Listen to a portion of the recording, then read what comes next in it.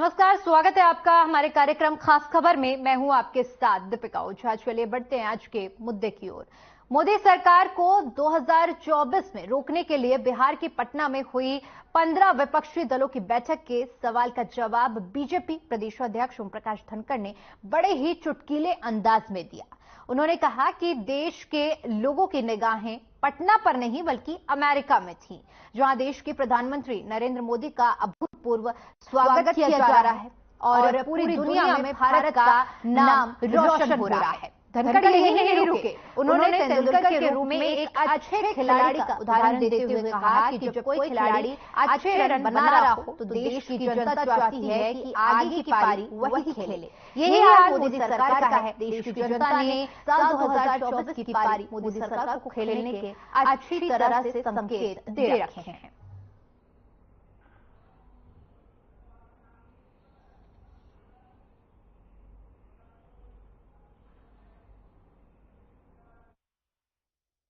केंद्र सरकार ने मोदी जी ने 9 साल के लिए काम किए हैं, तो 2014 से पहले आप देखेंगे किस तरह का भारत था और 2014 के बाद किस तरह से काम हुए, किस स्पीड भी। आज आप देखेंगे जैसे धनखड़ साहब बता रहे थे कि अमेरिका का प्रधानमंत्री, अमेरिका का राष्ट्रपति जो बाइडेन जिस तरह से स्वागत कर रहा है, जिस जोश के साथ स्वागत कर रहा है, जिस उत्साह के साथ स्वागत कर रहा है, वो देखने लायक। इतना बड़ा सम्मान देश का, अमेरिका की नंबर 1 की इकोनॉमी, उसका राष्ट्रपति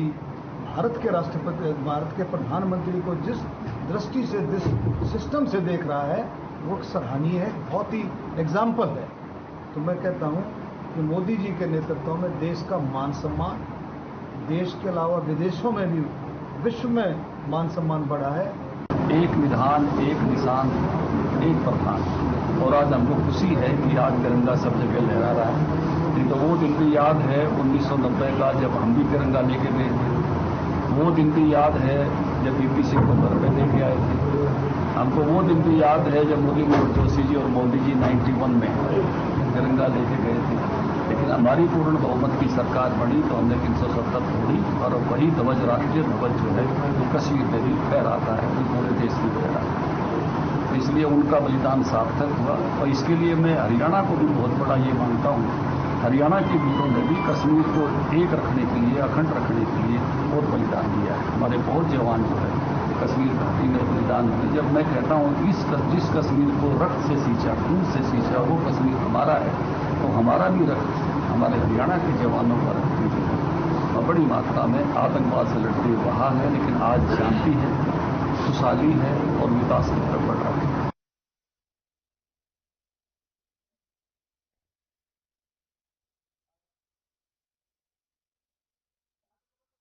वहीं 25 जून को फरीदाबाद के गतपुरी में गौरवशाली भारत रैली का आयोजन होने जा रहा है, जिसमें सीएम से लेकर केंद्रीय मंत्री तक पहुंचने वाले हैं, जिसको लेकर सभी तैयारियां पूरी की जा रही हैं। इन रैली के जरिए चुनावों की तैयारियों का आगाज होने जा रहा है। वहीं रैली के स्थल का जायजा लेने के लिए फरीदाबाद और पलवल के तमाम आला अधिकारी मौके पर पहुंच रहे हैं और सभी व्यवस्थाओं का बारीकी से सर्वेक्षण करने के बाद जांच कर रहे हैं। और इसी कड़ी में फरीदाबाद के डीसी विक्रम सिंह और पलवल एसपी लोकेंद्र सिंह भी रैली स्थल का जायजा लेने पहुंचे, जहां पर उन्होंने पार्किंग से लेकर आम लोगों के बैठने और तमाम सभी साथ ही साथ सुरक्षा व्यवस्थाओं का भी जायजा लिया और बताया कि सुरक्षा के तमाम पुख्ता इंतजाम किए जाएंगे। ट्रैफिक व्यवस्था बाधित ना हो, इसके लिए भी पुलिसकर्मी जगह जगह पर तैनात किए जाएंगे। साथ ही साथ पार्किंग पर खासा फोकस किया गया है और लोगों के बैठने की भी व्यवस्थाओं का जायजा लेते हुए सभी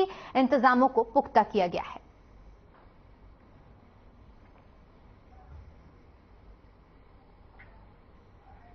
यहाँ पे जैसा कि क्योंकि काफी मात्रा में लोग आएंगे और सीएम साहब इस रैली की अध्यक्षता कर रहे हैं, तो इसमें सिक्योरिटी के एंगल से और लोगों को तकलीफ ना हो उसके एंगल से हमने यहाँ पे आज विजिट रखी थी। तो साथ में एसपी साहब भी है और पलवल का एडमिनिस्ट्रेशन है, तो उसके नजरिए से हमने यहाँ पे सारी विजिट रखी और देखी। जिस तरह बताया जा रहा है कि भारी संख्या में लोग पहुंचने वाले हैं, तो उनकी अगर अरेंजमेंट की बात करें, व्यवस्था की बात करें, तो वो किस तरीके से? हाँ, जो भी हमारी गैदरिंग होगी उसके मुताबिक हमने प्लानिंग कर ली है। सभी की प्रॉपर चेकिंग होगी। जो रूट प्लान है वो हमने कर लिया है। कहाँ पे बैठने की व्यवस्था होगी, स्टेज होगी, वो आयोजकों के साथ हमने सारा उसमें विचार विमर्श किया है और उसको शांति से किस प्रकार से हमें कराना है, उसके लिए सारी हमारी जो तैयारी है वो हो चुकी है। बड़ी जिम्मेदारी है, क्योंकि सबसे ज्यादा अगर पार्किंग की बात की जाए, जाम रोड पर जाम लगने की बात की जाए, तो ये बहुत सारी व्यवस्था होती है। तो उसे किस तरीके से देखें, कितने पुलिसकर्मी जो है यहाँ पर ड्यूटी पर तैनात है। वहीं इसी खबर पर ज्यादा जानकारी के साथ हमारे संवाददाता मोनू पांचाल हमारे साथ जुड़ गए हैं। जी मोनू, 25 तारीख को ये विशाल रैली होने वाली है, सभी तैयारियों का अधिकारी जायजा भी ले रहे हैं, और क्या कुछ तस्वीरें आपको देखने को मिल रही हैं? देखिए, फरीदाबाद में सबसे बड़ी रैली जो है गौरवशाली भारत रैली यहाँ पर जो है की जा रही है। सबसे बड़ी बात यह है कि लोकसभा के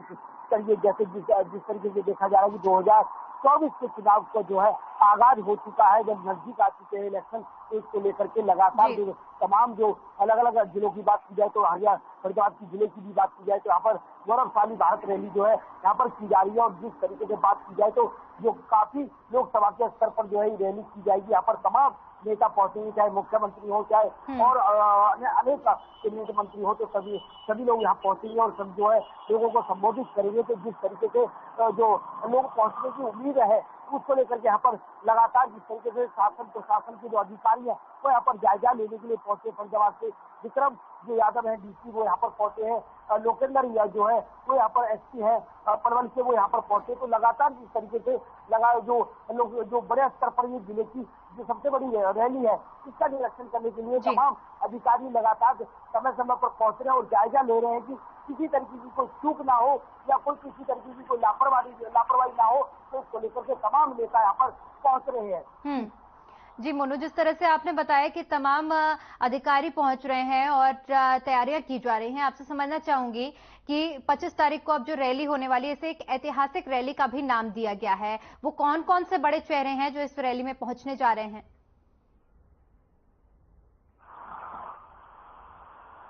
तो 25 जून को गौरवशाली भारत रैली का आयोजन होने जा रहा है और जिसको लेकर सभी तैयारियां की जा रही हैं।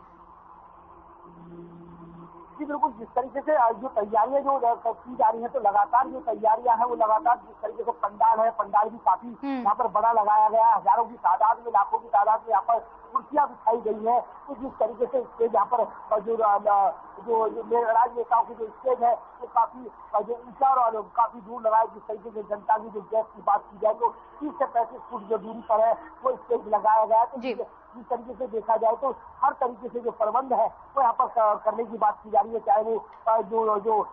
यहाँ पर कार्यकर्ता आएंगे या जो यहाँ पब्लिक सुनने के लिए आएगी उनके लिए पानी की सुविधाओं को लेकर के या खाने की सुविधाओं को लेकर के, तो इस तरीके से तमाम जो सुविधाएं हैं वो यहाँ पर जो है की जाएगी। जिस तरीके से कहाँ पर पानी पीने का इंतजाम होना चाहिए, कहाँ से एंट्री होनी चाहिए, कहाँ से निकलना चाहिए, कहाँ से जो है मुख्यमंत्री जो है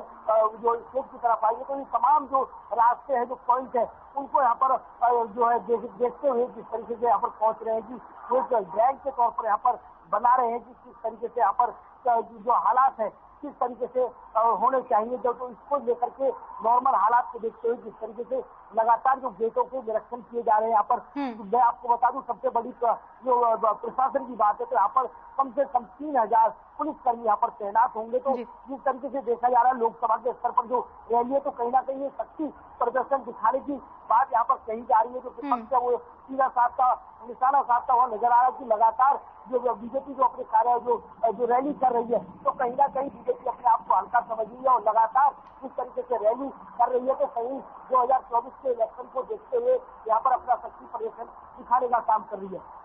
जी मोनू, जिस तरह से आपने तमाम सुरक्षा व्यवस्थाओं का जिक्र किया, मैं आपसे ये भी समझना चाहूंगी कुछ नाम का, हालांकि आपने जिक्र किया है इससे पहले, वो कौन से बड़े चेहरे होने वाले हैं जो कल की इस रैली में शामिल होंगे? देखिए, हरियाणा के मुख्यमंत्री यहाँ पर मौजूद रहेंगे, बनवारी लाल है जो केंद्रीय मंत्री है वो भी यहाँ पर रहेंगे। उसके साथ साथ मैं आपको बता दूं जिस तरीके से यहाँ पर हरियाणा के जो प्रभारी है विप्लव देव यहाँ पर आने की सबसे बड़ी संभावना जताई जा रही है कि वो यहाँ पर आ सकते हैं, लेकिन अभी क्लियर नहीं किया गया है। तो लगातार जिस तरीके से अभी चर्चाएं जो चल रही है वो यहाँ पर विप्लव देव यहाँ पर आने की बहुत ज्यादा लोगों को उत्साह है यहाँ पर उनको सुनने के लिए। जिस तरीके से जो भाषण वो देते हैं तो उनके भाषण से जिस तरीके से लोग जो बीजेपी की जो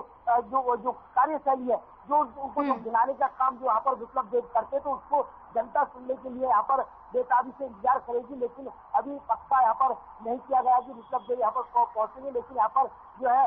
जो फरीदाबाद के लोकसभा के जो MP है कृष्णपाल गुर्जर, जो हरियाणा के मुख्यमंत्री कृष्णपाल गुर्जर, बनवारी लाल, यहाँ पर इस तरीके के तमाम नेता यहाँ पर मौजूद रहेंगे। जी बिल्कुल मोनू, इसके अलावा मैं ये भी आपसे जानना चाहूंगी, जिस तरह से आपने बताया जहां वो जो स्थानीय लोग हैं यहाँ पर, आपने हालांकि जिक्र किया कि जब प्रदेश प्रभारी पहुंचते हैं तो उनको सुनने के लिए बड़ी संख्या में लोग पहुंचते हैं। ऐसे में वहां के लोगों का क्या कुछ रुख है, क्योंकि कल रैली है, बड़ी संख्या में लोगों के पहुंचने की उम्मीदें भी हैं। देखिए, जनता की बात की जाए, फरीदाबाद की जनता की बात की जाए, तो जनता लगातार जिस तरीके से गर्मी जो है बढ़ती जा रही है, जो गर्मी का जो प्रकोप है वो बढ़ता जा रहा है, सूरज की जो तापमान है वो लगातार डिग्री जो है वो बढ़ती जा रही है। तो इसके चलते कहीं ना कहीं जो जनता है वो कंफ्यूज जरूर है कि रैली में जाए या ना जाए, क्योंकि जिस तरीके से अगर रैली में अगर रैली की स्थल की बात की जाए तो वहाँ पर इंतजाम काफी अच्छे किए हैं। पंखा से लेकर के पूरा जिस तरीके से पंडाल है वो पूरा ठंडा पंडाल बनाने की बात यहाँ पर की जा रही है। लेकिन जिस तरीके से गर्मी के हालात जो बढ़ते जा रहे हैं तो कहीं ना कहीं जो बुजुर्ग हैं उनकी पहुंचने की आशंका नजर नहीं आ रही, लेकिन युवा जो लोग हैं वो यहाँ पर पहुंचेंगे और जो बीजेपी की जो नीतियां हैं उनको यहाँ पर सुनने का काम करेंगे। लेकिन अभी तक जो दावे जो किए जा रहे हैं वो लाखों में दावे किए जा रहे हैं यहाँ पर जो है संख्या में पहुंचने के लोगों की, लेकिन बात तो कल देखी जाएगी। जिस तरीके से गर्मी के हालात है इससे यही अंदाजा लगाया जा सकता है कि लोग हजारों की संख्या में पहुंचेंगे, लाखों की संख्या में नहीं पहुंच पाएंगे। जी मोनू, एक तरफ जहां विपक्ष की ओर से बीते दिन हमें देखने को मिला कि पटना में बड़ी संख्या में विपक्षी दल एकजुट हुए और रणनीति बनाई गई, ऐसे में अब ये रैली यानी 24 के जो चुनाव हैं उनका आगाज माना जा रहा है पूरी तरह से। तो मैं आपसे ये समझना चाहूंगी कि इस रैली के जरिए फरीदाबाद के लोगों को क्या कुछ बड़ी सौगात मिल सकती है, या बड़ी घोषणाओं के बारे में आपको कुछ जानकारी हो? जो है लगातार इन पर जो बीजेपी पर हमला करता हुआ नजर आ रहा है। जिस तरीके से बिहार में जो सभी विपक्षी जो पार्टियां हैं वो एकजुट होकर के यहाँ पर मोदी को हराने का काम यहाँ पर 2024 के मिशन को यहाँ पर फेल करने की बात यहाँ पर की जा रही है। जिस तरीके से लगातार जो विपक्ष पार्टियां हैं वो लगातार एक होने का दावा यहाँ पर कर रही है और बीजेपी पार्टी को हराने का काम यहाँ पर 2024 में जो परिणाम जो बनाए जा रहे हैं, जो जिस तरीके से बात की जाए, जो योजनाएं जो बनाई जा रही है, तो कहीं ना कहीं इसको देखते हुए जब फरीदाबाद की जो 2024 को देखते हुए बीजेपी लगातार जिस तरीके से रैलियां यहाँ पर कर रही है, चाहे पानीपत हो चाहे हिसार हो, लगातार बड़े तमाम नेता यहाँ पर अमित शाह की बात की जाए या अमित ठाकुर की बात की जाए, चाहे अभी फिलहाल जो है फरीदाबाद में जो मुख्यमंत्री पहुंचेंगे, तमाम नेता यहाँ पर लगातार हरियाणा की तरफ जो है नजर बनाए हुए हैं, क्योंकि 2024 के इलेक्शन सबसे पहले फरीदाबाद से ही स्टार्ट होने, तो इसको लेकर के लगातार नजर जो है फरीदाबाद के जितने भी विपक्ष पार्टियां हैं या जो सत्ताधारी पार्टी बीजेपी है इनकी भी नजर जो है फरीदाबाद पर है, क्योंकि फरीदाबाद जीतेंगे तभी आगे बढ़ेंगे। तो इस तरीके का यहाँ पर जो नारा भी देते हुए बीजेपी पार्टी के नेता नजर आ रहे हैं। तो इसके साथ साथ मैं बता दूं, जिस तरीके से कल मुख्यमंत्री यहाँ पर पहुंचेंगे तो कहीं एक जो घोषणा है वो यहाँ पर की जा सकती है। जिस तरीके से त्रिपुरा विधानसभा क्षेत्र के विधायक नैनपाल रावत है वो यहाँ पर सभी जो अपनी मांगों को लेकर के त्रिपुरा विधानसभा की जो रैली है वो त्रिपुरा विधानसभा क्षेत्र के गजपुरी टोल पर है, तो उसको लेकर के जिस तरीके से बात की जाए तो वो भी अपनी मांगों को लेकर के यहाँ पर रखेंगे, उनके सामने कुछ योजनाएं मांगेंगे। तो इसको लेकर के तमाम जितने भी विधायक है वो अलग अलग अपनी योजनाओं को लेकर के यहाँ पर मांगों को लेकर के यहाँ पर अपनी मांगे रखेंगे, चाहे उसमें केंद्रीय मंत्री कृष्णपाल गुर्जर हो अपने क्षेत्र के लिए क्या मांगेंगे, चाहे वो विधायक हो, कैबिनेट मंत्री नीलकंठ शर्मा हो, तो तमाम नेता यहाँ पर अपनी अपनी मांगों को लेकर के मांग मांगेंगे, जिस तरीके से प्रस्ताव रखेंगे मुख्यमंत्री के सामने। तो सबसे बड़ी सौगात है एलिवेटेड पुल का बल्लभगढ़ का, जिस तरीके से सबसे बड़ा जो कार्य है फरीदाबाद का वो एलिवेटेड पुल का है, जिस तरीके से बल्लभगढ़ से लेकर के बाईपास तक जो पुल बनेगा उसकी सौगात की यहाँ पर जो है रखी गई है। तो इस तरीके से तमाम योजना यहाँ पर रखेंगे अपनी अपनी विधायक। जी मोनू, जिस तरह से आपने जिक्र किया कि जो योजनाएं हैं और अपनी मांगों को सीएम के सामने रखा जाएगा, तो मैं आपसे ये भी समझना चाहूंगी कि जब प्रदेश के मुखिया किसी जगह पर पहुंचते हैं तो अमूमन ये बात लाजमी है कि जनता के जो कुछ कार्य ऐसे हैं जो अधूरे रह गए हैं और कहीं ना कहीं वो अपनी बात रखना चाहते हैं, तो क्या ऐसे कोई काम, या जैसे आपने जिक्र किया कि विधायक अपनी बात रख सकते हैं, क्या कोई ऐसे काम आपके अभी तक सुनने में आए हैं कि इस मांग को रखा जाएगा सीएम के सामने? देखिए सबसे बड़ी मांग की जो यहाँ पर बात की जाए तो सबसे बड़ी मांग जो पंजाब की पंजाब की हरियाणा की बात की जाए तो जो 2024 के इलेक्शन आ रहे तो सबसे पहले आम जनता को सबसे जो फैमिली आईडी है उससे यहाँ पर जीतना पड़ रहा है, क्योंकि लंबी लंबी कतारें यहाँ पर लगी हुई है अपनी फैमिली आईडी को लेकर के। तो कहीं ना कहीं जिस तरीके से अभी कैबिनेट मंत्री नीतीश शर्मा है उन्होंने संवाद के जरिए जो अलग अलग एरियो में अपने अपने विधानसभाओं में जिस तरीके से उन्होंने संवाद किया तो यहाँ पर सबसे बड़ी समस्या जो यहाँ पर आई वो सबसे पहले पानी, बिजली और फैमिली आईडी कार्ड की जो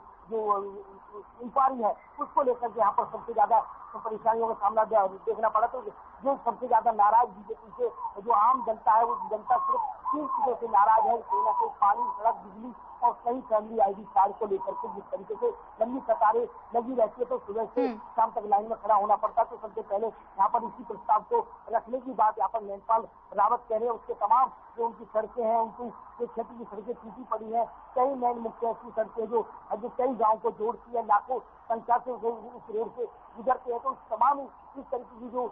योजनाएं हैं उनसे वो मांगने की बात यहाँ पर रखेंगे। तो इसके साथ साथ सबसे बड़ी फैमिली आईडी की बात यहाँ पर है कि उनमें कहीं ना कहीं सुधार किया जाए, क्योंकि कहीं जो डिजिटल के चलते तो जो गरीब लोग हैं उनकी जो उनमें सैलरी जो दिखा रखी है 2.5 से 3 लाख रुपए दिखा रखी है। तो इस तरीके की तमाम योजनाएं हैं वो यहाँ पर जो रखने का यहाँ पर काम करेंगे। तो फैमिली आईडी में कहीं ना कहीं सुधार किया जाए, इस चीज की योजनाओं को लेकर के यहाँ पर सामने बात रखी जाएगी। जी बिल्कुल मोनू, जिस तरह से आपने जिक्र किया गठबंधन को लेकर भी कई तरह के सवाल भी देखने को मिल रहे हैं, तो तमाम चेहरे तो पहुंच ही रहे हैं, मुख्यमंत्री पहुंच रहे हैं, क्या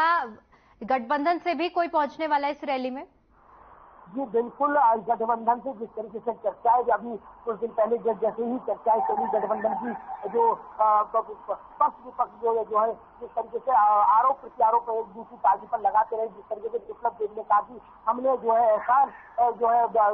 जेजेपी ने कोई बीजेपी को समर्थन देकर के एहसान नहीं किया है, उन्होंने जिस तरीके से समर्थन दिया है तो उनके विधायकों को उनके जो मंत्रालय है वो उनको दिए गए हैं। तो इस तरीके की तमाम यहाँ पर बातें जरूर देखने को मिली थी। तो लेकिन जिस तरीके से बीजेपी जो रैली है, रैली की जो गठबंधन के साथ साथ यहाँ पर गठबंधन की कोई भी कार्यकर्ता यहाँ पर मौजूद नहीं है, चाहे वो प्रेस कॉन्फ्रेंस करने की बात हो, चाहे यहाँ पर निमंत्रण देने की बात हो, चाहे यहाँ पर जो है बुलाने की बड़े नेताओं की बात हो, तो बीजेपी के कोई भी कार्यकर्ता या तमाम नेता यहाँ पर दिखाई नहीं दे रहे हैं, उनको निमंत्रण भी नहीं दिया गया है। तो सबसे बड़ी बात यही है कि बीजेपी जो रैली कर रही है अपने दमखम पर और अपने प्रचार के लिए कर रही है, ना कि गठबंधन के लिए कर रही है। जी बिल्कुल मोनू, आज भी पानीपत में रैली हो रही है जिसमें केंद्रीय मंत्री भी पहुंच रहे हैं। लगातार देखने को मिल रहा है जैसे जैसे 24 करीब आ रहा है वैसे वैसे बीजेपी की ओर से लोकसभा चुनाव की बात की जाए तो उनकी तैयारियां पूरी तरह से की जा रही हैं। लेकिन मैं आपसे ये समझना चाहूंगी कि क्या विपक्ष की तरफ से अभी तक कोई घोषणा की गई है कि कब से विपक्ष की ओर से आगाज किया जाएगा रैलियों का या सभाओं का? देखिए विपक्ष की बात की जाए तो विपक्ष में सबसे बड़े गद्दावर नेता जो है करण सिंह जलाल है, उनसे हमारी बात हुई तो उनको लेकर के हमने सवाल जवाब करे तो सबसे बड़ी बात हुई कि दीपिका जिस तरीके से विपक्ष की बात की जाए तो विपक्ष की जो भूमिका जो निभाने की बात यहाँ पर की जा रही है वो सिर्फ जो कांग्रेस यहाँ पर निभा सकती है। तो जिस तरीके से लगातार जो संगठन की बात आ रही है, अभी तक कांग्रेस में जो है संगठन में ही नहीं बन पाया है किसी तरीके से भी, क्योंकि अलग अलग गुट बने हैं, चाहे वो भूपेंद्र सिंह हुड्डा की बात की जाए, चाहे वो जो है शैलजा की बात की जाए, या अलग अलग नेता है उनके अलग अलग गुट बने हैं। तो उसके चलते जो है अभी तक हरियाणा के अंदर संगठन भी नहीं बन पाया है। किस तरीके से इलेक्शन की तैयारियां यहाँ पर की जाएंगी या किस तरीके से वो चुनाव के चलते जो है जो बीजेपी को किस तरीके से मात देने की बात यहाँ पर की जा रही है, लेकिन किस तरीके से दे पाएंगे अगर अभी तक संगठन ही जो कांग्रेस का नहीं बन पाया। लेकिन हाँ, इस बात को जरूर कांग्रेस कह रही है कि कहीं ना कहीं बीजेपी अपना जो हार का चेहरा देख रही है, इसी के चलते जो तमाम जो रैलियां हैं यहाँ पर कर रहे हैं। जिस तरीके से बात की जाए जो बड़े दिल्ली के जो नेता है, चाहे वो अनुराग ठाकुर हो, अमित शाह हो, नितिन गडकरी हो, चाहे भाई हरियाणा के मुख्यमंत्री हो, तो तमाम नेता यहाँ पर जो फरीदाबाद के हरियाणा के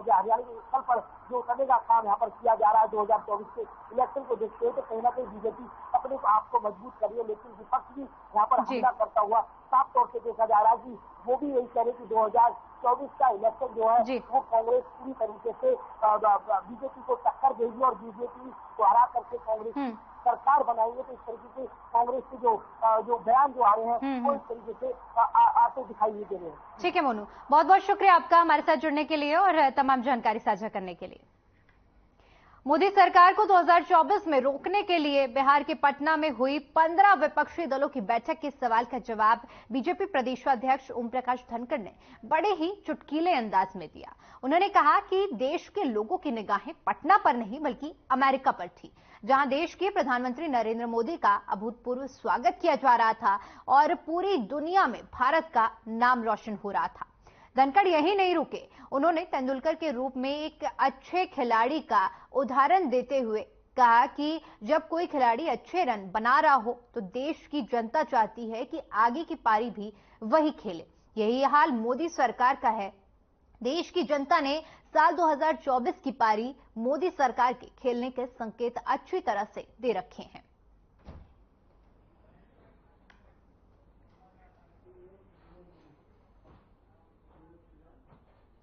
वहीं इसी खबर पर ज्यादा जानकारी के साथ हमारे संवाददाता सुमित झज्जर से हमारे साथ फोन लाइन पर जुड़ गए हैं। जी सुमित, जिस तरह से प्रदेश अध्यक्ष का बड़े ही चुटकीले अंदाज में ये बयान सामने आया जिसमें उन्होंने कहा है कि पूरी तरह से आश्वस्त नजर आए हैं कि 2024 की कमान एक बार फिर से मोदी सरकार के हाथों में होगी। देखिए, आपको बता दें कि झज्जर के पीडब्ल्यूडी रेस्ट हाउस में भाजपा प्रदेश अध्यक्ष ओम प्रकाश धनखड़ और साथ में रोहतक लोकसभा क्षेत्र से सांसद अरविंद शर्मा यहाँ झज्जर बादली